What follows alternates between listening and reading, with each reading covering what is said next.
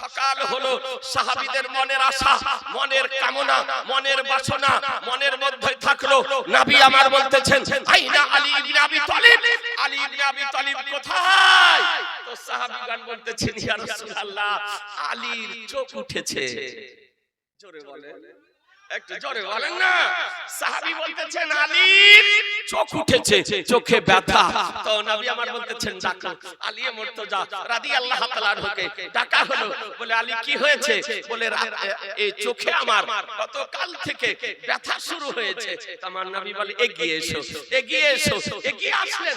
নবী আমার মুখের পবিত্র লালা মোবারক নিয়ে আলী মুর্তজা শেরে খোদা, মুশকিলে কুশা, হায়দারে কাররার, ফাতেহে খাইবার, সাহেবে জুলফিকার, দামাদে মুস্তাফার চোখে সুরমা করে লাগিয়ে দিলেন।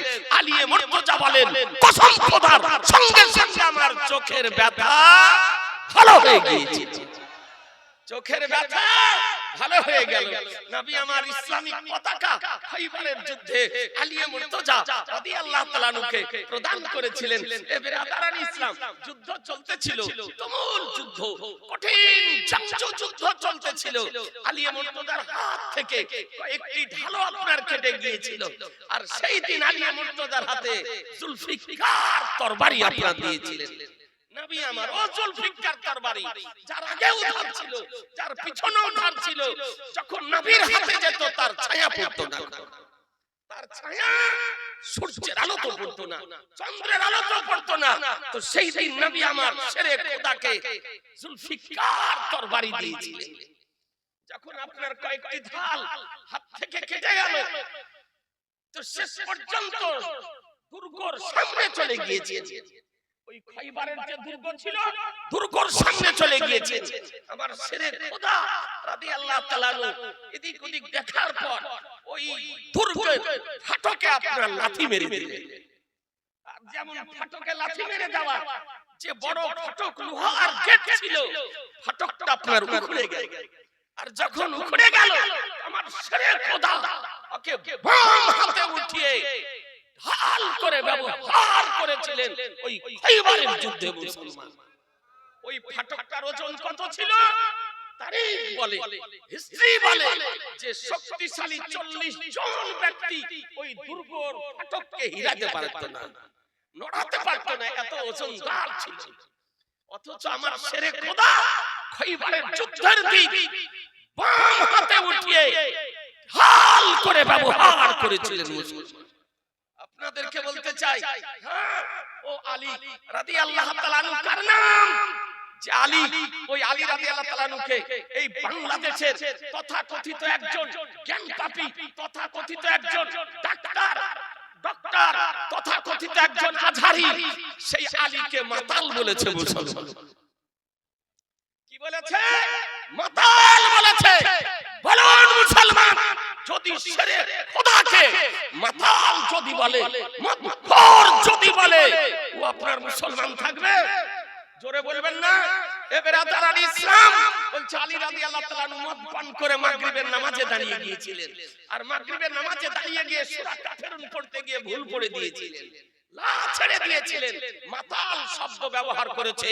আপনাকে আমি আজ সুন্দরপুর মাদ্রাসার বাৎসরিক জালসা হতে দায়িত্বশীলতার সঙ্গে চ্যালেঞ্জ সহকারে ঘোষণা করতেছি, এ বাংলাদেশের আজহারি তো আজহারি, মাশরিক থেকে মাগরিব, জুনুব থেকে শামাল, সমস্ত হবে যদি একত্রিত হয়ে চিরনি তল্লাশি যদি চালাই, কসম খোদার একটা জয়ীব দুর্বল হাদিস হতেও প্রমাণ করতে পারবে না যে আলী মুর্তজা জীবনে কোনোদিন মদ পান করেছেন। যে আলী মাত্র 8 বছর বয়সে ইসলাম ধর্ম গ্রহণ করেছিলেন, মাত্র 8 বছর বয়সে। জীবনে কোনোদিন তিনি মূর্তি পূজা করেননি, তিনি কোনোদিন প্রতিমা পূজা করেননি, কোনোদিন শিরক করেননি, কোনোদিন কুফর করেননি। এ বেরাদারান ইসলাম, মাত্র 8 বছর বয়সে তিনি ইসলাম ধর্ম গ্রহণ করেছিলেন। আর ওই আলী মুর্তজার বেলায়েতের উপরে এই আপনার এই রকম জ্ঞানপাপী ব্যক্তি আজকে আপনার অন্যায়ভাবে অপবাদ লাগিয়েছে যে তিনি ছিলেন মাতাল। বেরাদারান ইসলাম, সুবহানাল্লাহ, জোনাই জুনাইকা বিবি কোথায় বাড়ি? গুদাপাড়া। এই দেখেন 1500 টাকা দিয়েছে, আলহামদুলিল্লাহ। যে দোয়া করে দেব ইনশাআল্লাহ, আল্লাহ জানো আপনাদের দানকে জানো কবুল করে নেয়, রুজি রোজগার আল্লাহ তাআলা জানো বরকত দান করে। সুবহানাল্লাহ। হাদিসটি শেষ করে দিই। ব্রাদারান ইসলাম, হাদিসটি শুনেন তো। আমার শেরে খোদা মুশকিলে কুছা রাদিয়াল্লাহু তাআলা আনহু জীবনে কোনদিন মদ পান করেননি। ওয়ালি কার নাম? যে আলী মুর্তজা শেরে খোদা বলেন সালোনি আম্মা দুনাল আরশ, বলে আরশ থেকে ফারশ পর্যন্ত আমাকে জিজ্ঞাসা করো, তোমাদেরকে উত্তর দিয়ে দিব। জমিনের সম্পর্কে যদি জিজ্ঞাসা করো, আকাশ সম্পর্কে যদি জিজ্ঞাসা করো, তোমাদেরকে উত্তর দিয়ে দিব। সালোনি আম্মা দুনাল আরশ, আরশ থেকে ফারশ পর্যন্ত জিজ্ঞাসা করো। ব্রাদারান ইসলাম, সাইয়্যিদুল মালায়েকা জিবরাইল আলাইহিস সালাম আব্দুল লতিফ শেখ 500 টাকা, আলহামদুলিল্লাহ, আল্লাহ যেন কবুল করেন। আপনি এখানে বসেন না, হেড মৌলভী। ব্রাদারান ইসলাম, তো দেখুন ভালো করে, তো তিনি বলতেছেন জিজ্ঞাসা করো। তো সাইয়্যিদুল মালায়েকা জিবরাইল আলাইহিস সালাম তিনি মানব রূপে আপনার এসে উপস্থিত হলেন। আসার পর বলেন, আলী তুমি তো জমিন থেকে আসমানের সংবাদ দিবে, আচ্ছা বলতে পারো বর্তমান সময় জিবরাইল আলাইহিস সালাম কোথায় আছে, কোন জায়গাতে আছে, কোন স্থানে আছে? জিবরাইল আলী মুর্তজা রাদিয়াল্লাহু তাআলা আনহু ক্ষণিকের জন্য, মুহূর্তের জন্য চক্ষু বন্ধ করে নিলেন। চক্ষু বন্ধ করার পর চোখ খুলে দিলেন। চোখ খুলে বলেন, তুমি হি জিবরাইল। একটু জোরে বলেন না, বলে তুমি হচ্ছ জিবরাইল। এ ব্রাদারান ইসলাম, জিবরাইল আলাইহিস সালাম আলী মুর্তজার দিকে দেখতেছেন। বলে আপনি কেমন করে বুঝতে পারলেন যে আমি হলাম জিবরাইল? বলে জিবরাইল তুমি জিজ্ঞাসা করার পর মাশরিকে দেখলাম, তোমাকে পেলাম না। মাগরিবে দেখলাম, তোমাকে পেলাম না। জুনুবে দেখলাম, তোমাকে পেলাম না। শামালে দেখলাম, তোমাকে পেলাম না। মক্কাতে দেখলাম, তোমাকে পেলাম না। মদিনাতে দেখলাম, তোমাকে পেলাম না। জমিনে দেখলাম, তোমাকে পেলাম না। আকাশে দেখলাম, তোমাকে পেলাম না। জান্নাতে দেখলাম, তোমাকে পেলাম না। সিদরাতে দেখলাম, তোমাকে পেলাম না। এই ছোট বলতেছি, তুমি হচ্ছ জিবরাইল। এ ব্রাদার, যে আলী মুহূর্তের জন্য চক্ষু বন্ধ করে জমিন আসমান দর্শন করতে পারেন, এ পাওয়ার যদি শেরে খোদার যদি হয়, তো নবীর পাওয়ার কি হবে? যদি গোলামের জ্ঞানের পাওয়ার হয়, তো আকার জ্ঞানের পাওয়ার কি হবে? একটু চিন্তা করে দেখবেন। এ ব্রাদারান ইসলাম ও আলী মুর্তজা রাদিয়াল্লাহু তাআলা আনহু, তাকে একজন ব্যক্তি জিজ্ঞাসা করতেছেন, বলে আলী তুমি তো সব রকমেরই ফয়সালা দিবে, তো একটা ফয়সালা দিতে পারো? বলে কি? বলে মানুষের এই পাতলা দাড়ি আর ঘন দাড়ি কেন হয়, এর ফয়সালা কি কোরআন শরীফে আছে? আমার শেরে খোদা বলেন, আলী সম্পর্কে নবী বলেন, আনা মদিনাতুল ইলম ওয়ালি কুম বাবুহা, আমি হলাম জ্ঞানের শহর, আলী হলো তার দরজা। যে আলী সম্পর্কে নবী বলেন, আনা দারুল হিকমা ওয়ালি কুম বাবুহা, আমি হলাম বিশেষ জ্ঞানের শহর, আলী হলো তার দরজা। আলী মুর্তজা রাদিয়াল্লাহু তাআলা আনহু তিনি বলছেন, হ্যাঁ ঘন দাড়ি কেন হয় আর পাতলা দাড়ি কেন হয়, কারো ফয়সালা কোরআন শরীফে আছে। বলে তার দলিল কোরআন শরীফের আয়াত পেশ করলেন আমার শেরে খোদা। বলে যে জমির উর্বর শক্তি বেশি, ওই জমিতে ফসল যদি করা যায় তবে ফসলটা ভালো ফসল হবে, আর যে জমির উর্বর শক্তি কম তাতে ফসলটা নরমাল হয়, দুর্বল হয়। এ ব্রাদার, এই জন্য যার দেহে কোনো প্রকারের ভিটামিনের অভাব নেই, পূর্ণ ভিটামিন আছে, তার দেহে পূর্ণ দাড়ি হয়, আর যার দেহে কিছু কম আছে তার মানে তার দেহে চেহারাতে দাড়ি কম বের হয়। এই পাতলা দাড়ি ঘন দাড়ির ফয়সালা শেরে খোদা কোরআন শরীফ থেকে দিয়েছে। ব্রাদারান ইসলাম, আপনি আলীকে জানেন যে শেরে খোদা কার নাম? আলী মুর্তজা রাদিয়াল্লাহু তাআলা। শীতের সময়তে শীত লাগবে, জোরে বলেন না, একটু জোরে বলতে হবে। শীতের সময় শীত লাগবে, আর গরমের সময়তে গরম লাগবে। সাহাবা সাহাবায়ে কিরামগণ দেখেন শীতের সময়তে একটা পাতলা আপনার পোশাক পরে তিনি রাস্তায় চলতেন। সাহাবায়ে কিরামগণ বলেন, ইয়া আমিরাল মুমিনিন, আপনাকে কি শীত লাগে না যে আপনি শীতের সময় একটা হালকা পোশাক পরে আছেন? বলে, না আমাকে শীতও লাগে না আর গরমও লাগে না। বলে, তার কারণটা কি? বলে, শোনো, একদা আমাকে জ্বর হয়েছিল, জ্বর ভালো হতে ছিল না, আর আমার শাহনশাহে জিবেকার মাদানিকে তাজদার আলিমে মাকানা ওমাইয়াকুর সংবাদদাতা পয়গম্বর নবী আমাকে দেখতে এসেছিলেন। বলে, আলী কি হয়েছে? বলে, ইয়া রাসূলুল্লাহ জ্বর। বলে, জ্বর ভালো হয় না? বলে, জি না। তো নবী আমার দোয়া করতেছেন, আল্লাহুম্মা আযহিব আনিল আলী হাররা ওয়াল বারুদাতা। বলে, হে আল্লাহ, আলীর দেহ থেকে গরমকে দূর করে দাও আর শীতকেও দূর করে দাও। আপনারা জানেন, জ্বর যদি হয়, হঠাৎ গরম লাগে, হঠাৎ শীত লাগে, তো আমার নবী দোয়া করছেন, আল্লাহ আলীর দেহ থেকে গরমকেও দূর করে দাও আর শীতকেও দূর করে দাও। বলে, ওই দিন থেকে আমাকে গরমও লাগে না আর ওই দিন থেকে আমাকে শীতও লাগে না। রাদার ইসলাম ও আলী মুর্তজা রাদিয়াল্লাহু তাআলা আনহু পায়ের লাথি মেরে খৈবরের দুর্গের ফাটককে উপড়ে দিয়ে বাম হাতে উঠিয়ে ঢাল করে ব্যবহার করেছিলেন, তারই নাম হলো শিরক। তাই সেই দিন আপনার খৈবরের সাহাবায়ে কিরামগণ মুজাহিদগণ বলেছিলেন, লা সাইফা ইল্লা যুলফিকার, লা ফাতা ইল্লা আলী, লা সাইফা ইল্লা যুলফিকার।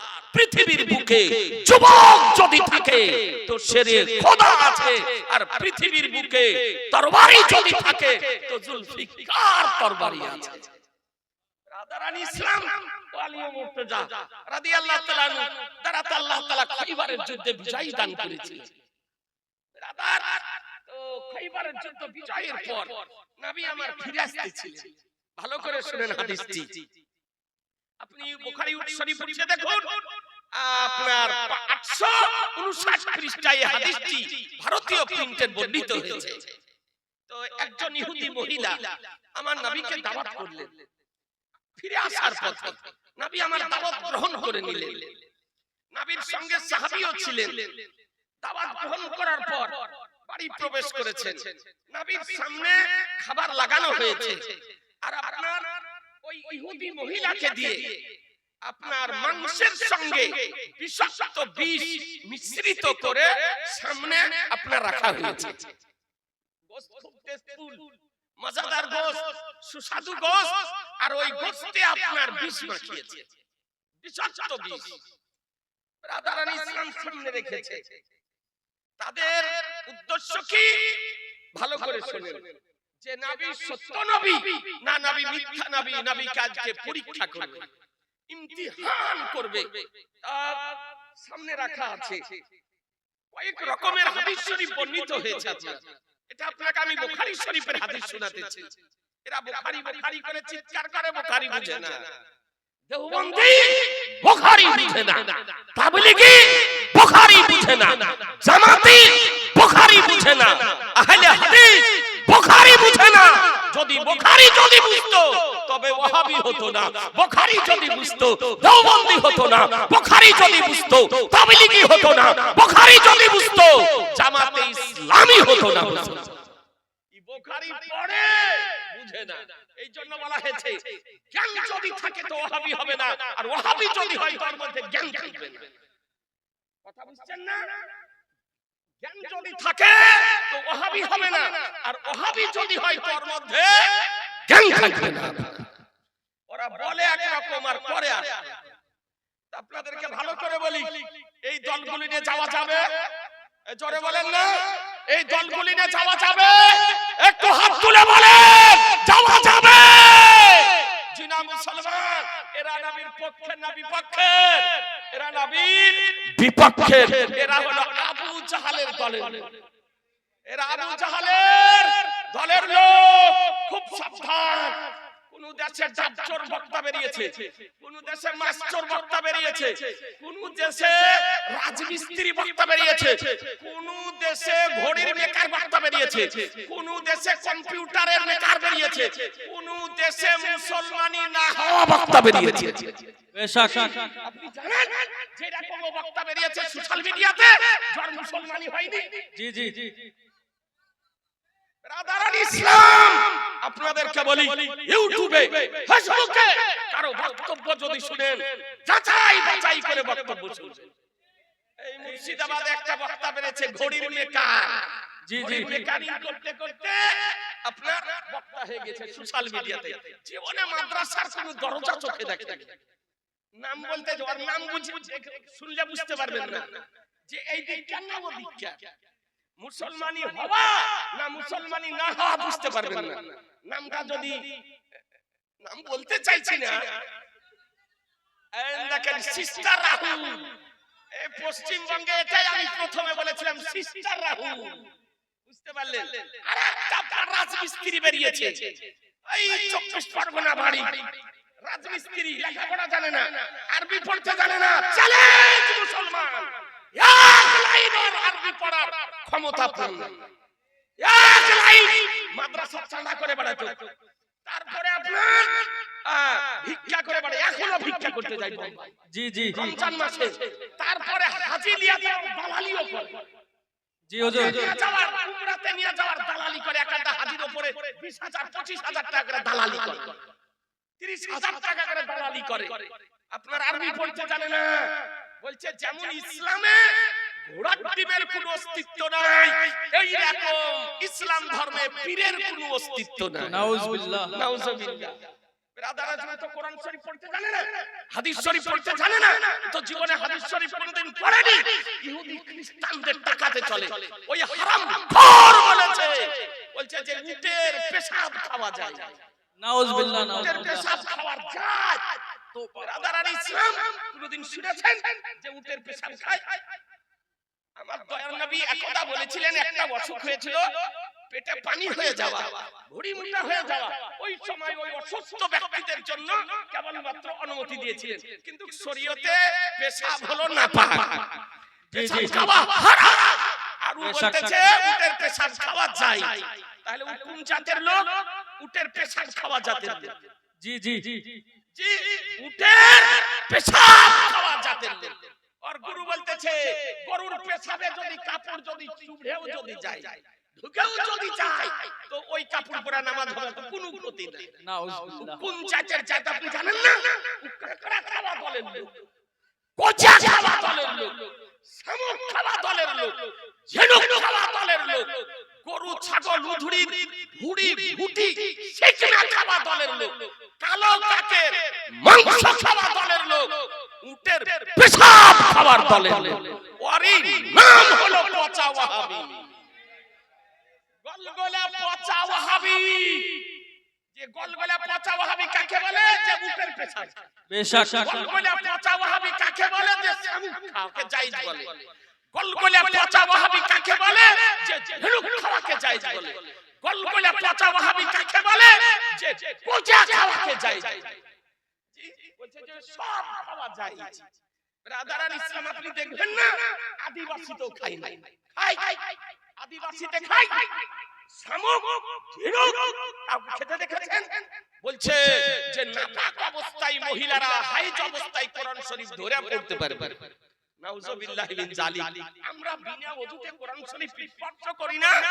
আর ও বলছে যে ওই আব্দুর রাজ্জাক বিন ইউসুফ বাংলাদেশে ওর বাড়ি, ওই হাত ঝাড়ুয়া হুজ্জুতি করে বুকের উপরে হাত বাঁধা, আপনার এরকম করে দুই হাত পাকে দূরত্বে রাখার নেতা। ও বলতেছে যে মেয়েদের মেন্স অবস্থায় কোরআন শরীফ ধরে পড়তে পারবে। ওকে যদি পাওয়া যায় তো জুতো দিয়ে অতিথি আপ্যায়ন করবেন না করবেন না? জোরে বলে। ওকে যদি পাওয়া যদি যেত তাকে জুতো দিয়ে অতিথি আপ্যায়ন করতে ইন্ডিয়াতে। বলছে যে নাই, কোরআন শরীফ উঠে দেখুন, রব্বুল আলামিন বলেন লা ইয়ামাসসুহু ইল্লাল মুতাহহারুন, পবিত্রতা ছাড়া কোরআন স্পর্শ করিও না। পবিত্রতা ছাড়া কোরআন স্পর্শ করিও না। আর ও বলতেছে মাসিক অবস্থায়, পিরিয়ড অবস্থায়, মেন্স অবস্থায় কোরআন শরীফ ধরে পড়তে পারে। কি মুসলমানের জাতরা ইহুদিদের জাত? জোরে বলতে হবে যে এ ব্রাদার সাবধান, খুব সাবধান। ওই আপনার ভুঁড়ি মুটা সারা জীবন চুরি করে খেয়েছে, এখনো চুরি করছে। আগে চুরি করে খেয়েছে, আর এখন ইমানদারদের ইমান চুরি করতেছে। তখনও চোর ছিল, এখনো চোর। ও পাকা চোর। বলছে আমি 15 বছর যদি বেঁচে থাকি তো পশ্চিমবঙ্গে একটিও মাজার রাখবো না, বুলডোজার চালিয়ে দিব। বলছে বুলডোজার চালিয়ে দেব, একটিও মাজার রাখবো না। তাহলে কোন দলের লোক? মাজার রাখার দলের না মাজার ভাঙার দলের? ভাঙার দলের। মাজার ভাঙার দলের। তোকে চ্যালেঞ্জ করেছি, আজকে 1 বছর হয়ে গেল চ্যালেঞ্জ করা, যে অন্যান্য মাজারগুলি থাক, যদি মালদহ আখিয়ে পাকের মাজার শরীফে যদি যায়, আলাউল হক পান্ডুবির মাজার শরীফে যায়, তোর গোশতের বুটি বানিয়ে দিবে। জি জি জি। কিনা বানিয়ে দিবে, আপনার পূজা পাওয়া যাবে না। তাহলে যার কত দূর যেতে হবে না। বর্ধমানের পাশে হচ্ছে বীরভূম পাথর চাপড়ি। জি জি জি। আমার দাদা মাহবুব শাহ রহমাতুল্লাহর মাজার শরীফ, মাজারে হাত দিতে হবে না, বুলডোজার দিতে হবে না। দাদা মাহবুব শাহর মাজারের প্রাচীরের একখানে ইটে হাত দিয়ে দেখ, জানবো যে তুই হালালি বাপের সন্তান। হালালি বাপের সন্তান, একখানা প্রাচীরের ইটে হাত দিয়ে দেখ। তোর যদি পাঁচরের পাতা যদি পাকা পাতা যদি সোজা না করে দেয়, বেশক। আর পাতাকে যদি সোজা না করে দেয়, একটা জালসা নিয়েছিলাম আপনার এই ডিসেম্বর মাসের 12 তারিখে ওর সঙ্গে এই সাগরপাড়া। মুর্শিদাবাদের আপনার শেখপাড়া সাগরপাড়া পার হয়ে গয়ারামপুর গ্রামটার নাম, গ্রামটার নাম আপনাকে বলে দিতেছি। ওকে দাওয়াত করেছিল কিছু যুবক ছেলে, এই ইউটিউব দেখা, কিছু আজকাল হচ্ছে আপনার নেট ফারাজি, কিছু হচ্ছে ইউটিউব ফারাজি, কিছু হচ্ছে ফেসবুক ফারাজি, আর কিছু হচ্ছে সৌদি ফারাজি। সৌদি ফারাজি ও আপনার কাজ করতে গিয়েছে, সৌদিতে গিয়ে বাথরুম পরিষ্কার করে, ঝাড়ু লাগায়, ফুলের গাছে পানি দেয়। ওখানে 2-4 বছর থেকে আসার পরে এইরকম করে হুজ্জুতি করে মহিলাদের মতন হাত বাঁধছে। জি জি জি। কি হলো? সৌদি ফারাজি। ও 4 বছর দেখলো ওখানে বুকের উপরে হাত বাঁধতে, এখানে ওর বাপকে হাত বাঁধতে দেখলো না জন্মের পর থেকে, জোর বাপ নাভির নিচে হাত বাঁধে। ওর দাদুকে দেখলো না যে নাভির নিচে হাত বাঁধে, ওর ইমামকে দেখলো না নাভির নিচে হাত বাঁধে, গ্রামের সর্দারকে দেখলো না যে যুগ যুগ ধরে নাভির নিচে হাত বাঁধে। 4 বছর ওখানে গিয়ে পায়খানা পরিষ্কার করে চলে এসে এরকম করে জোর করে হাত বাঁধে। একে বলে সৌদি ফারাজি। জি হক হক। জি, কিছু সৌদি ফারাজি হয়েছে। তারপরে নেট ফারাজি কিছু হয়েছে। এশার নামাজ পড়লো ইমামের পিছনে, নাভির নিচে হাত বেঁধে গো, ফজরে গিয়ে দেখছে এইরকম করছে, মনে হচ্ছে লড়াই করবে। এইরকম ওকে না বলছে সুন্নাত। সুন্নাত কাকে বলে ও জানে না। ব্রাদার আল ইসলাম, তুমি ওর নাভির নিচে হাত বাঁধা হাদিসটা পাওয়া গেল না, তুমি হাদিস পাওনি। এ ব্রাদার, তো যে পেয়েছে তার কাছে জিজ্ঞাসা করো, তার কাছে জানো। ব্রাদার আল ইসলাম, তে আহলুস সুন্নাত ওয়াল জামাতের প্রতিষ্ঠান সুন্দরপুর, এই সুন্দরপুরের উলামায়ে কেরামগণ গোটা এলাকার ওয়াহাবিদেরকে যে কোনো মুহূর্তে চ্যালেঞ্জ করতে পারে। বেশক বেশক। যে কোনো মুহূর্তে চ্যালেঞ্জ করতে পারে। ইয়া রাসূলুল্লাহ, ইয়া আলী, ইয়া আলী জিন্দাবাদ। আলহামদুলিল্লাহ, আজকে আপনাদের দানে, আপনাদের সহযোগিতাতে, আপনাদের সহানুভূতিতে আজকে দাওরে হাদিসের মাদ্রাসা চলতেছে। সুবহানাল্লাহ। এমএলএ কোটা থেকে অনুদান পাওয়া যায় না, এমপি কোটা থেকে অনুদান পাওয়া যায় না, জেলা পরিষদ থেকে পাওয়া যায় না, পঞ্চায়েত সমিতি থেকে পাওয়া যায় না, অঞ্চল থেকে পাওয়া যায় না, মেম্বার কোটা থেকে পাওয়া যায় না। আপনাদের মতন মেহনতি মানুষদের ঘাম ঝরানো পয়সা দিয়ে এই প্রতিষ্ঠান চলে। সুবহানাল্লাহ সুবহানাল্লাহ। এই প্রতিষ্ঠানদের জন্য একটা ভাই 1000 টাকা দিতে পারবেন? 4 মাস পরে এসে দিয়ে যায় না, মৌলবীদের সঙ্গে দেখা করে যায়। দেখি আপনার জজবাটা দেখি, আমার নবীর মহব্বতে মাত্র 1100 টাকা। আপনি একজন ভাই যার দেওয়া হয়নি আপনি 2 মাস পরে দেন, 6 মাস পরে দিয়েন, তারপরে ওলামায়ে কেরাম যাবে তখন তার হাতে দিয়ে দিয়েন। ওলামার সঙ্গে দেখাও হবে, দেওয়াও হবে, মাত্র 1100 টাকা।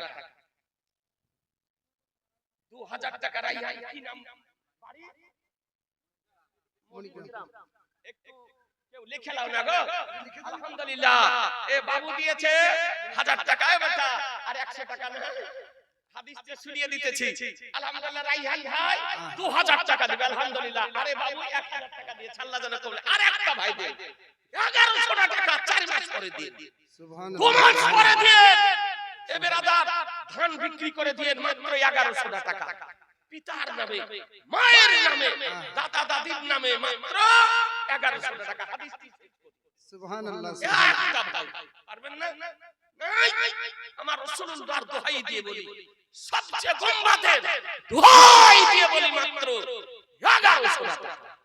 হাদিসটি শুনেন। আজকে জালসাতে লক্ষাধিক টাকা খরচ।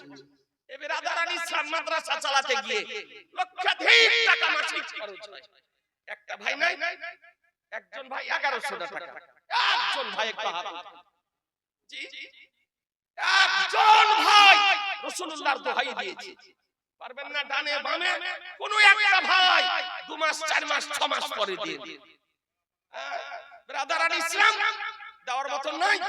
একটু চট করে বলেন না সুবহানাল্লাহ। আল্লাহ আপনাদের রুজি রোজগারে বরকত দিবে।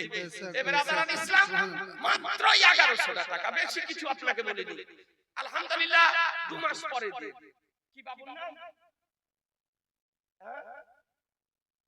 মোহাম্মদ আব্দুর রশিদ সাহেব। তোমার নাম কি?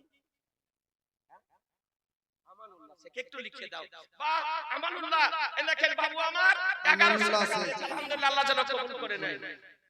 আলহামদুলিল্লাহ, আল্লাহ যেন রুজি রোজগার আল্লাহ তাআলা যেন বরকত দান। সুবহানাল্লাহ। ভাই আমার 500 টাকা দিয়েছে। আলহামদুলিল্লাহ, 500 টাকা দিয়েছে। আল্লাহ তাআলা যেন সুবহানাল্লাহ। কবুল চালু করে দেন। এ বাবু আমার 1100 টাকা দেবে। আলহামদুলিল্লাহ। আর এ রাইহান ভাই 2000 টাকা দিয়েছে। হাদিসটি শুনেন ভালো করে, হাদিসটি আপনি শুনলেন। ব্রাদারান, ইসলাম তো বলতেছিলাম কি, যে মাংসের সঙ্গে বিষাক্ত বিষ মিশ্রিত করে আমার নবীর সামনে রেখে দিয়েছে। বুখারী শরীফের হাদিস। আমার নবী মাংস দেখতেছেন, আর ইহুদিরা বাইরে বেশ কিছু দাঁড়িয়ে আছে। কি দাঁড়িয়ে আছে? যে নবীর বিষ মিশ্রিত মাংস খেয়ে কেমন করে মারা যাবে দেখার জন্য। তো আমার দয়ার নবী, মায়ার নবী সাল্লাল্লাহু আলাইহি সাল্লাম বলেন, বাইরে যারা দাঁড়িয়ে আছে ওদেরকে ডাকো। বাইরে যারা দাঁড়িয়ে আছে তাদেরকে ডাকো। আলহামদুলিল্লাহ। নদিয়ার নবদ্বীপ খুরশেদ হাজী, দেখেন 500 টাকা দিয়েছে। আলহামদুলিল্লাহ, আল্লাহ যেন কবুল করে নেয়। রুজি রোজগার আল্লাহ তাআলা যেন বরকত দান করেন। জি, অনেক বাস এসেছে গো, বাহির চড়া, তারপরে ওই সগুনা, ওই সব এলাকা থেকে, নবদ্বীপ এলাকা থেকে 5-7 খানের উপরে বোধহয় বাস এসেছে। 9টা বাস এসেছে, বড় বড় বাস। জি, তো ভালো করে শুনেন ব্রাদার ইসলাম। তো নবী আমার বলেন, বাইরে যারা দাঁড়িয়ে আছে ওদেরকে ডাকা। ইহুদিরা দাঁড়িয়ে আছে, ওদেরকে ডাকা হলো। তো ওরা আপনার বুঝতে পারেননি। তো নবী আমার হঠাৎ, ভালো করে শুনেন, নবী আমার হঠাৎ প্রশ্ন করতেছেন যে, শোনো, তোমাদেরকে একটি কথা জিজ্ঞাসা করব, সত্য কথা বলবে? বলে, জি হ্যাঁ, সত্য কথা বলবো। বলে, বলো তো তোমাদের পিতার নাম কি? একবার সুবহানাল্লাহ বলেন। সুবহানাল্লাহ। জোরে বলেন না। নবী আমার জিজ্ঞাসা করতেছেন, তোমাদের পিতার নাম কি? ওরা ভাবতেও পারেনি যে এরকম প্রশ্ন আমাদেরকে করবে। তো ওরা ভাবলো যে পিতার নাম ঠিক যদি বলি তাও বুঝতে পারবে না, বেঠিক যদি বলি তাও বুঝতে পারবে না। তো আপনার ওই উপস্থিত যে ইহুদিগণ ছিল, তারা সব নকল পিতার নাম বলল, আসল পিতার নাম একজনও বলল না। ধরুন উদাহরণস্বরূপ, কারো পিতার নাম হলো আব্দুল উজ্জা, তো ও বলছে যে আমার পিতার নাম আব্দুল ফুজ্জা। আর কারো পিতার নাম আব্দুল ফুজ্জা, তো বলছে আমার ভাই পিতার নাম হলো আব্দুল উজ্জা। সব নকল পিতার নাম বলল। তোমার নবী কার নাম, পয়গম্বর কার নাম বলে শোনো, সব মিথ্যা কথা বলেছো। তোমার পিতার নামে, তোমার পিতার নামে, তোমার পিতার নামে, তোমার পিতারের নামে, যার যার পিতার নাম ছিল আমার রাসূলুল্লাহ দাঁড়িয়ে দাঁড়িয়ে সকলের আসল পিতার নাম বলে দিলেন। সুবহানাল্লাহ সুবহানাল্লাহ। মিথ্যা প্রমাণিত হয়ে গেল। আমার নবী বলেন আরেকটা কথা জিজ্ঞাসা করব, সত্য বলবে? তো বলছে দেখুন না বললে তো আপনি বলে দিলেন, তো সত্যই বলবো আর মিথ্যা বলবো না। জি বলে বলুন। বলে আচ্ছা বলো জাহান্নামে কে যাবে, তোমরা না আমরা, কারা যাবে জাহান্নামে? তো ইহুদিরা চিন্তা ভাবনা করে বলছে দেখুন জাহান্নামে আমরা যাব, কিছুদিন থাকবো, থেকে বেরিয়ে আসবো, দিয়ে আপনারা ওখানে যায় আপনারাই থাকবেন। নাউজুবিল্লাহ বলেন, জোরে বলেন নাউজুবিল্লাহ। তো আমার নবী বলেন ইহুদি এই কথা যেটা বলেছো এটাও দেখা মিথ্যা কথা, তোমাদের জায়গাতে আমরা কোনোদিনই যাব না, তোমরাই যাবে জাহান্নামে। কটা হলো? জোরে বলেন না, দুটো হলো। তৃতীয়বারের বেলায় নবী আমার বলতেছেন আচ্ছা আরেকটা কথা বলো, সত্য বলো মিথ্যা বলো। যে দেখুন দুবার মিথ্যা বলেছি, ধরা পড়ে গেছে, আর মিথ্যা বলবো না। জি বলে কি? বলে সত্য বলবে? বলে জি হ্যাঁ। বলে এই যে সামনে মাংস রেখেছো, আমাকে খাওয়ার জন্য দিয়েছো, এই মাংসতে কি বিষ মাখিয়েছো? বিষাক্ত বিষ মাখিয়েছো?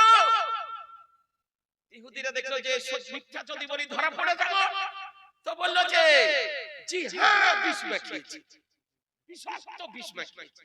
বলে কেন বিষাক্ত বিষ মাখিয়েছো, কারণটা কি? বলে আপনি সত্য নবী না মিথ্যা নবী যাচাই করার জন্য আজকে বিষ মাখিয়েছি।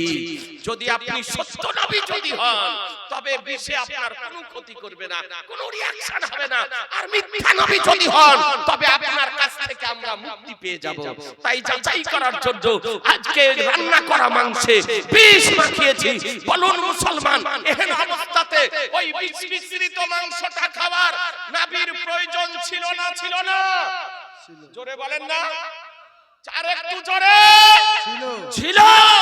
যদি না খেতেন তবে ইহুদিরা বলতো যে নবী সত্য নবী নয়, এই জন্য নবী বিষ মিশ্রিত মাংস খেতে পারেননি। নবী আমার ওই অবস্থায় বিষ মিশ্রিত মাংস খেয়ে আজকে সারা পৃথিবীর জন্য ইতিহাস তৈরি করলেন যে বিষ নবীর নবুয়তের কোনো ক্ষতি করতে পারে না।